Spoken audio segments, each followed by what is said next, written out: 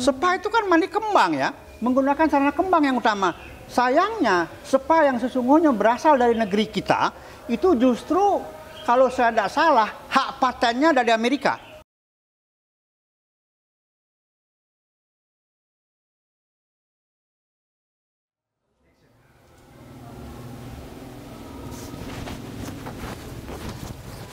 Om Swastiastu. Om Swastiastu.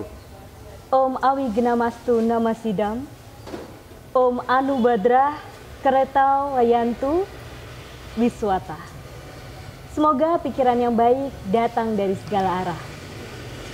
Mari kita haturkan kepada Ide Sang Yang Widiwasa karena atas asung kertawaran nugrahanya kita dapat berkumpul bersama untuk mengikuti perbincangan hari ini mengenai kegiatan melukat. Saat ini kita sudah berada di Pura Kertabumi, Bongso Wetan, Gresik, dan di samping saya sudah ada narasumber yang sangat luar biasa. Beliau adalah Romo Dewa Suratnaya dan beliau ini adalah Wakil Ketua Sabawala KPHDI Pusat di bidang pembangunan manusia dan kebudayaan. Kemudian beliau juga Ketua Yayasan Dharma Santi, Wakil Pemret Majalah Media Hindu dan Dharma Duta Media Hindu. Om Swastiastu. Om Swastiastu, Mita. Baik, pada sore hari ini kita akan membahas mengenai melukat. Sebenarnya melukat ini sudah banyak kita ketahui. Dan akhir-akhir ini banyak sekali para artis yang berdatangan untuk melakukan melukat. Entah dari mana asalnya, yang pasti itu dari mulut ke mulut. Dan kita tidak bisa memungkiri kadang pada saat kita memiliki masalah sehingga sampai ke tahapan depresi atau stres, banyak orang juga yang datang ke Bali. Kita tidak juga bisa pungkiri bahwa Bali memiliki daya alam yang mistis. Orang-orang di sana nyaman semuanya, ramah, dan semuanya suka untuk pergi ke Bali seperti saat ini juga. Ya mungkin ya, para artis ini mungkin tidak paham tentang tatwa dan filosofi ataupun tentang etika susila atau susila dan ritual melukat itu sendiri. Umumnya mereka melakukannya dengan panduan warga setempat. Dan tentu dengan niat yang baik, mereka memiliki intuisi dan tetap dengan doa-doa sesuai keyakinan mereka. Dan melukat massal di 4 pura yaitu Bongso Wetan, Bongso Kulon, Laban dan Beton ini merupakan yang pertama kalinya. Nah, Pak Romo Dewa, mohon dijelaskan nih, bagaimana sih sebenarnya mengenai konsep melukat ini, mengapa melukat menjadi penting khususnya bagi umat Hindu, dan apa manfaatnya dan dampak positifnya? Ini sudah disampaikan tadi oleh Mita, namun sebelumnya izinkan saya mengaturkan Astungkara Panganjali Om Swastiastu. Om Swastiastu. Melukat bukan hal yang baru. Kalau di Jawa mungkin ini identik dengan ruatan. Ya, karena bahan sarananya hampir sama, ya. Pasti yang utama digunakan adalah bunga, berbagai jenis bunga, kan itu. Nah, melukat juga sebetulnya tidak hanya di tempat-tempat tertentu yang dianggap sakral. Sebenarnya di Jawa Tengah juga ada, di Dieng itu ada yang namanya Bimalukar. Nah, itu juga bagus sekali, ya, itu bagus sekali.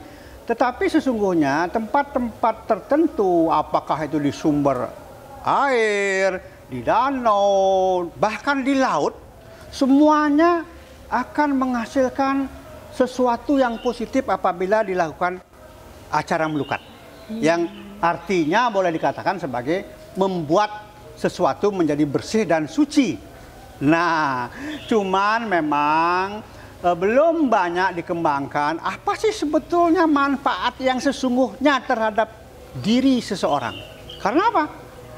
Daerah wisata, tempat-tempat wisata umumnya di Bali atau di tempat lain sudah menggunakan pola ini secara lebih logik, ya, lebih logika, lebih masuk akal dalam bentuk yang namanya spa. Spa itu kan mandi kembang, ya, menggunakan sarana kembang yang utama.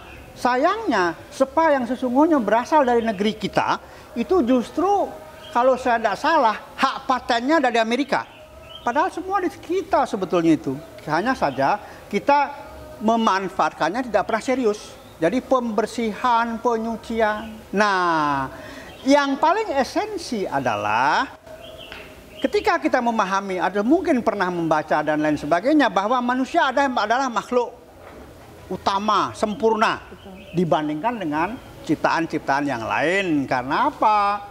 Paling tidak ini semua dikarenakan kita memiliki yang namanya tri pramana, yaitu ada idep, pikiran, mana, ya, akal, kemudian ada bayu, energi untuk bergerak bebas kemanapun kita mau. Kemudian yang ketiga ada yang namanya sabda. Jadi apapun sebetulnya yang kita keluarkan lewat wacana-wacana, kalau itu didasari oleh sesuatu yang sakral, maka itu mandi, kata orang Jawa. Manjur. Dan itu akan membuat terjadinya sesuatu. Nah, hanya tidak pernah atau kurang dijelaskan bahwa sesungguhnya dari sudut pandang spiritual, tri pramana ini merupakan atau karunia ini merupakan sesuatu yang didukung oleh 3 manifestasi yang maha kuasa atau 3 wujud kuasa yang kita kenal dalam Hindu sebagai Brahma, Wisnu, Siwa. Ini sebetulnya yang mendukung, ini yang mensupport bahwa kemudian manusia dinyatakan sebagai makhluk sempurna. Sempurna dia karena 3 ini. Kenapa sempurna sekali? Karena 3 ini adalah wujud kuasa yang maha kuasa sendiri. Makanya hebat. Nah, sayangnya setelah manusia memahami ini tidak pernah lagi dikaji ulang apa sesungguhnya analisa berikut yang dibutuhkan untuk mengembangkan 3 ini. Nah, saya ingin menyampaikan kepada Mita dan juga kepada para pemirsa bahwa yang namanya idep bayu sabda ini bisa dikembangkan dengan cara yang sangat sederhana yang namanya melukat. Luar biasa. Ya, melukat itu luar biasa. Ya, melukat itu sebetulnya ini. Kalau ini dipahami, kita tidak kaget kalau banyak orang kemudian dengan intuisinya ingin melakukan pengelukatan. Ini termasuk para artis itu. Dan kita butuhkan, apalagi di masa pandemi ini. Jangan kaget kemudian kalau orang sering melukat, jangan-jangan yang namanya COVID-19 tidak akan mendekat. Nah, ini dia. Jadi sebetulnya melukatnya punya makna yang luar biasa dan sejauh ini belum banyak dimanfaatkan pemaknaannya ini. Dan itulah sebetulnya yang menjadikan bahwa tidak percuma manusia dikatakan makhluk sempurna. Dengan pengelukatan ini kesempurnaan itu akan terbukti. Oke, baik. Nah, siapa sih sebenarnya Pak Romodewo yang bisa melakukan dan memandu acara melukat ini? Sebetulnya tidak ada batasan, siapapun boleh dan mampu. Tetapi biasanya secara sosial kita akan memilih siapa. Paling tidak dalam masyarakat Hindu ada yang namanya pandita, ada yang namanya pinandita. Walaupun sebetulnya bukan hanya 2 figur ini yang boleh dan kita yakini mampu untuk melaksanakan pengelukatan, tapi ada juga pihak-pihak lain, orang-orang yang lahir karena karmanya, kemudian dia punya misi untuk melakukan itu. Boleh, bisa, ya, siapapun itu bisa. Tetapi sesungguhnya orang yang paling tepat untuk melaksanakan pengelukatan dalam sebuah keluarga adalah orang tua. Orang tua lah sebetulnya. Karena apa? Ketika orang tua melakukan pengelukatan, di sana ada harapan orang tua itu. Saya ingin anaknya begini, saya ingin anaknya begitu. Kalau misalnya dalam acara di sekolah ada pengelukatan massal, kemudian orang tua siswa tidak mungkin hadir, maka bisa diwakili oleh guru. Tapi yang jelas di rumah, keluarga yang berhak dan pantas serta tepat dan akan bermanfaat sekali kepada anak-anak adalah sang orang tua sendiri, apakah itu sang ayah atau sang ibu. Ada doa tulus dari orang tua. Iya, lo kan katanya orang tua itu Tuhan yang menjelma di dunia. Hanya kasih sayang Tuhan, hanya doa Tuhanlah yang bisa mengalahkan kekuatan doa orang tua itu. Jadi para orang tua yang menyaksikan tayangan ini, ingat ini, orang tua punya nilai lebih dan mampu untuk melakukan itu karena hanya Tuhanlah yang mampu mengalahkan doa orang tua terhadap anak-anaknya. Oke, baik Pak Romodewo. Terus untuk dampak positifnya sendiri, biasanya kita langsung bisa merasakan nggak sih dampak positif dari melakukan melukat ini rutin mungkin? Iya, jadi begini. Kadang-kadang kita melukat secara sugestif ya, ingin memilih hari tertentu. Boleh, cari hari-hari yang kita anggap sakral. Silahkan. Manfaatnya, kalau kita serius dan betul-betul ingin melakukan itu dan tahu serta paham dari makna melukat itu, maka sebetulnya siapapun boleh, kapanpun bisa dilakukan, dan yang dilukat pun akan merasakan langsung. Karena apa?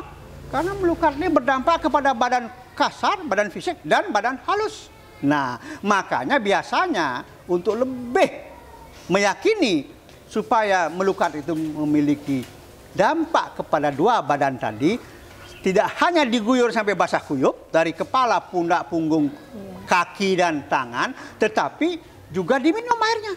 Diminumkan airnya sehingga terjadi proses, katakanlah dalam tanda kutip, pelukatan dalam badan halus. Jadi ada yang langsung, bahkan ada pengelukatan tertentu dengan bahan-bahan tertentu di mana kalau ada penyakit, apakah itu penyakit medis maupun non medis, dengan pengelukatan itu akan lebur dia. Tapi kembali, siapa yang mampu melakukan? Tentu tidak semua orang, namun semua orang boleh melakukan karena itu butuh pelatihan, butuh pembiasaan.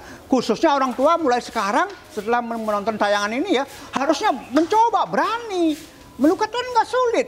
Kalau mau menggunakan sarana yang sudah berenergi, ya gunakanlah air kelapa, cengkir, kelapa gading. Ada kekuatan siwa di sana.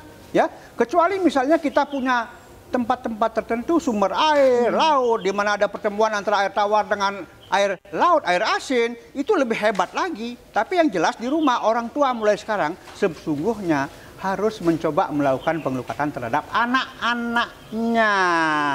Dan benar, kita benar, ada yang merasakan langsung. Ya.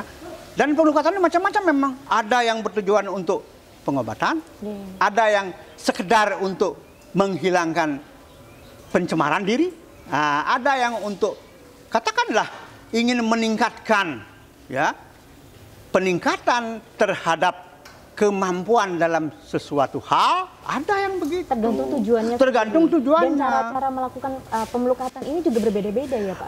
Iya, kalau di alam kan tinggal nyemplung kita, tinggal diguyur kita, seperti titik ampul yang di Bali. Sebetulnya di Bali juga banyak tempat-tempat seperti itu. Tidak hanya sumber-sumber air seperti Tapak Siring, tapi di Bali Utara ada yang lebih hebat lagi. Di Pura Tonjok Batu, di Tejakula itu, pertemuan antara air tawar dengan air laut menghasilkan sebuah energi yang merupakan perpaduan antara Purusa dan Pradana, antara kekuatan Siwa dan kekuatan Sakti, antara Bapak Angkasa dan Ibu Pertiwi. Itu luar biasa itu. Tapi berarti tidak hanya bisa dilakukan di Bali saja, oh, berarti iya. di mana saja pun juga bisa. Di Jawa Barat bisa, di Pelabuhan Ratu bisa, di mana aja bisa, seperti itu. Dan untuk melukat yang paling simpel tadi bisa dilakukan ya di rumah. Di rumah, oleh orang tua.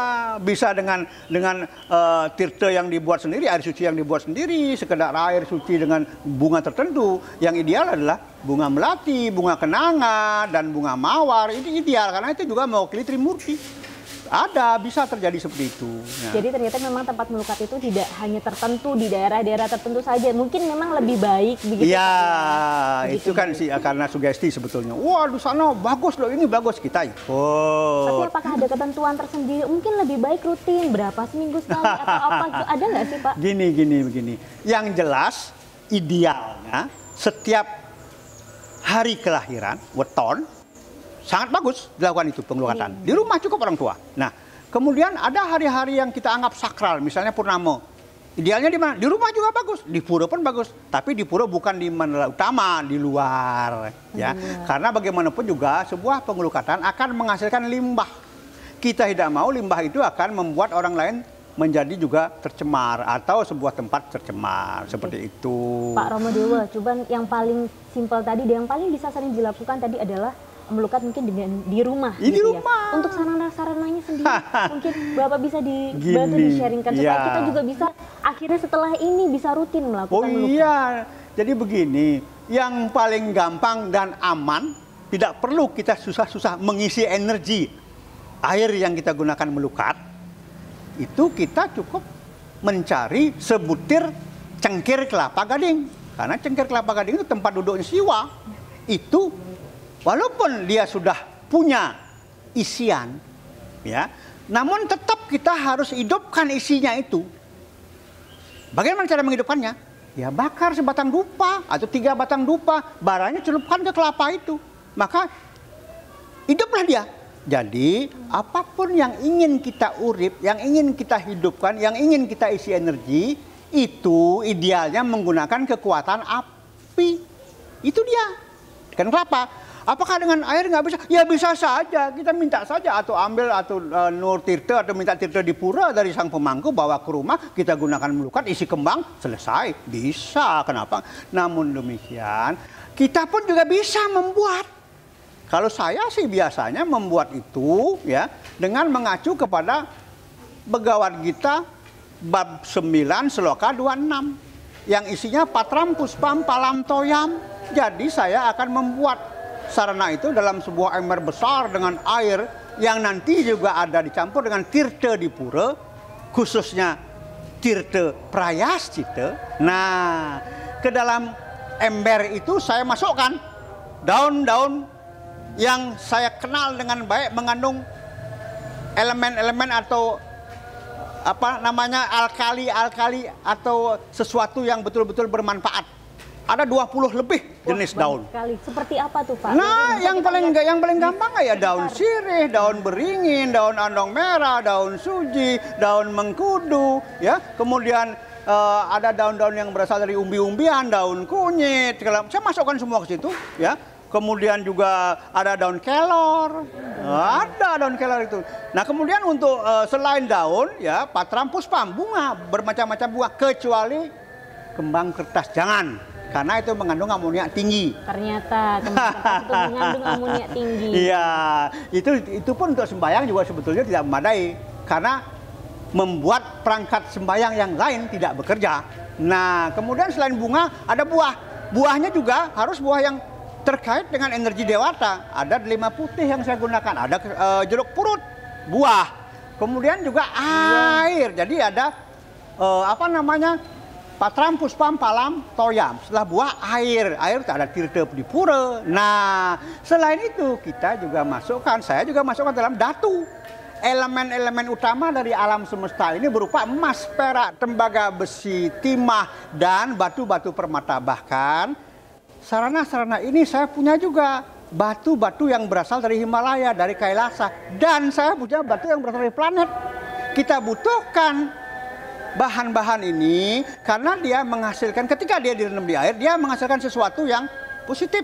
Ini semua kita campur. Kemudian apa lagi? Kemudian 5 jenis kelapa.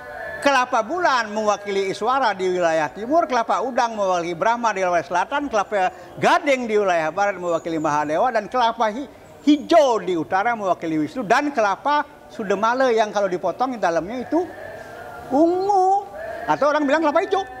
Kita campur airnya. Ini sebetulnya mewakili yang namanya tirta pancasiwa.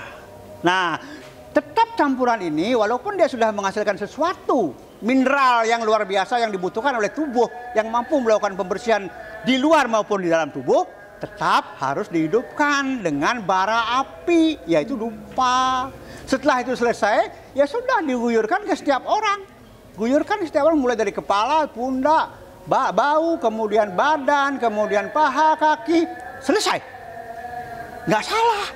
Itu buatan itu, ya. Dan itu bisa digunakan untuk mandi di rumah. Ya, bisa juga untuk membersihkan pekarangan, macam-macam, karena itu lengkap dia, seperti itu.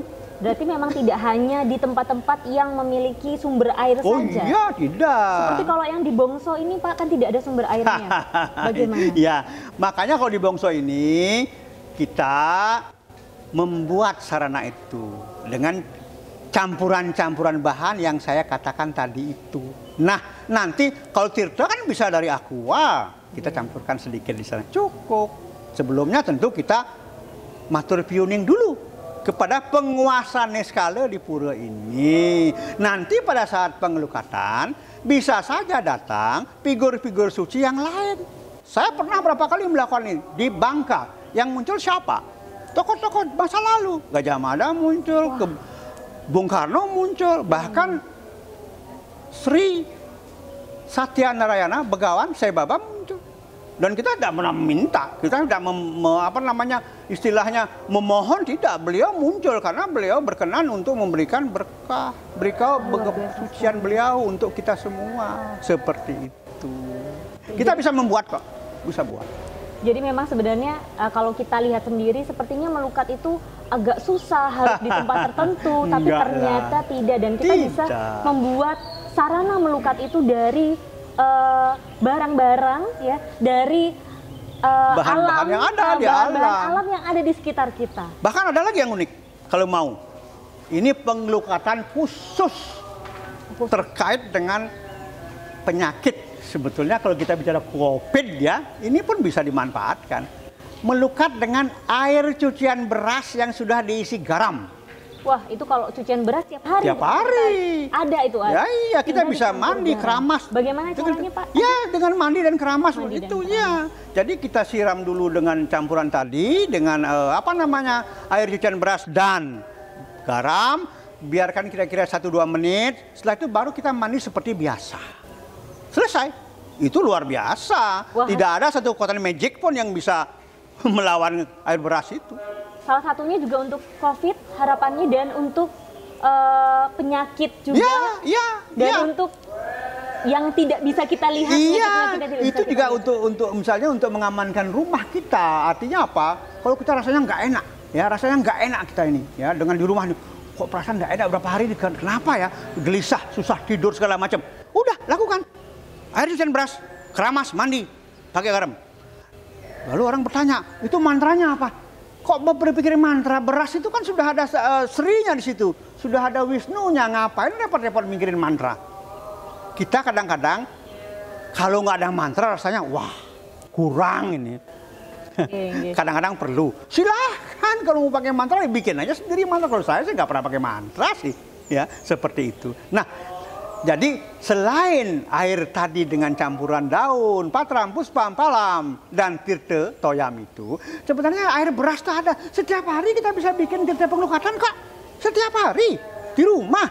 Dan misalnya kalau, wah masa cuma dilukat aja. Bagaimana halnya kalau ada sesuatu di dalam diri?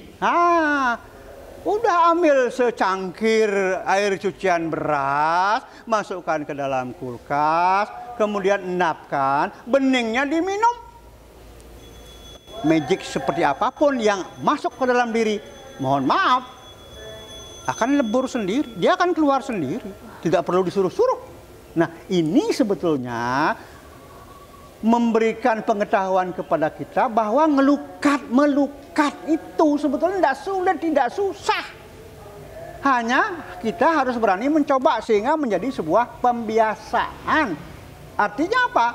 Daripada air beras terbuang percuma misalnya, lebih baik kita gunakan untuk mandi. Kenapa? Nggak ada salahnya kan? Setiap hari udah pasti ada. Loh, kalau kamu masih makan nasi loh ya. Masih, Pak. Kalau enggak ya nggak tahu. Masih suka makan nasi. Nah, seperti itu. Jadi melukat itu yang penting ada airnya. Entah itu hasil rendaman dari berapa jenis daun, bunga, buah, dan juga rendaman beras. Enggak masalah. Itu semua sifatnya melukat, membersihkan dan menyucikan luar dalam. Nah itu dia, ya nggak apa-apa, dilakukan. Luar biasa sekali, ternyata konsep melukat itu tidak sederhana, tidak rumit, tapi sederhana dan bisa kita lakukan sehari-hari dengan barang-barang dan dengan alam ya, dari alam, barang-barang dari alam yang sudah disediakan. Pernah nggak Mika mendengarkan bahwa orang melukat dengan air hujan? Ada yang begitu, ada. Cuman saya nggak suka karena air hujan sekarang kotor. Bukan karena apa? Karena kotor ya. Bukan kotor dia. Nah ini dia. Jadi sebetulnya saya hanya ingin menyampaikan bahwa melukat itu sangat mudah. Itu sudah diberikan pengetahuannya kepada setiap manusia. Ya, kalau muncul dalam bentuk lain seperti spa, mani bunga, itu juga nggak salah. Ya, nggak salah sebetulnya. Cuman mungkin kemanfaatannya tidak maksimal. Kan itu sebetulnya. Ya kalau Mita misalnya tiap hari melakukan itu nggak salah. Malah kalau misalnya kita bisa setiap hari mandi diawali dengan air beras tadi itu, air cucian beras ya, itu kulit jadi bagus. Karena apa? Kulit itu perlu karbo dia. Ya, dia perlu sebetulnya itu air beras itu untuk kulit, membuat kulit semakin halus. Kalau mau, tapi kalau sudah harus ya nggak usah lah, ya seperti itu. Ya. Sepertinya memang setelah ini saya mungkin dan rekan-rekan semuanya yang menyimak tayangan ini bisa langsung mencoba melukat setiap hari di rumah dengan cucian air beras. Iya, air cucian beras itu bisa dipakai. Ya. Air cucian beras itu. Baik, Bapak Pak Romo Dewa, luar biasa sekali. Mita jadi tahu banyak juga mengenai melukat. Iya. Dan sarana-sarana yang bisa digunakan, lokasi-lokasinya, dan bahkan tadi sudah disampaikan juga bahwa melukat itu sendiri juga sudah ada acuan sastranya. Sudah ada. Membaca sastra jangan hanya seperti membaca koran, jangan hanya memahami yang tersurat, tapi yang lebih penting adalah yang tersirat. Karena banyak pustaka-pustaka suci Hindu itu memang berupa sanepan, kiasan-kiasan yang harus kita kupas. Oleh karena itu kita diberikanlah karunia tadi, akal, ya, ide, bayu, sabda itu. Dan yang terpenting ingin saya ingatkan sebagai pesan ya, bahwa pengelukatan itu, melukat itu justru akan semakin mengembangkan yang namanya tripermana itu, ide, bayu, sabda itu. Sehingga kita bisa banyak berbuat hal-hal yang sangat bermanfaat. Bisa, kenapa nggak bisa? Karena apa? Tripermana itu disupport, didukung oleh 3 wujud kuasa Tuhan. Manifestasi Tuhan yaitu Brahma, Wisnu, Siwa. Ini yang tidak pernah dipahami oleh banyak di antara kita, termasuk khususnya umat Hindu, sehingga tidak termanfaatkan. Dari situ semua bisa, semua akan bagus, dan kita akan bisa menebarkan kebaikan kepada semua makhluk ciptaan, tidak hanya kepada sesama manusia, tapi juga kepada hewan, juga kepada tumbuh-tumbuhan, dan juga kepada ciptaan Tuhan yang tidak kelihatan. Luar biasa sekali. Terima kasih banyak Pak Romo Dewa. Hari ini perbincangannya tidak hanya bisa memberikan saya insight untuk bisa melakukan melukat sendiri di rumah, tapi semoga semuanya juga bisa melakukan ritual melukat ini dan menjadi jiwa yang lebih baik lagi, menjadi pribadi yang lebih baik lagi ke depannya. Betul. Baik, terima kasih banyak. Sama-sama, Mita. Saya akan tutup acara hari ini. Terima kasih banyak karena sudah menyimak perbincangan kita hari ini, dan semoga apa yang sudah di-sharekan dengan Pak Romo Dewa yang luar biasa ini bisa menjadi inspirasi kita semuanya dan membuat kita menjadi pribadi yang lebih baik lagi. Saya tutup. Om Santi, Santi, Santi, Om.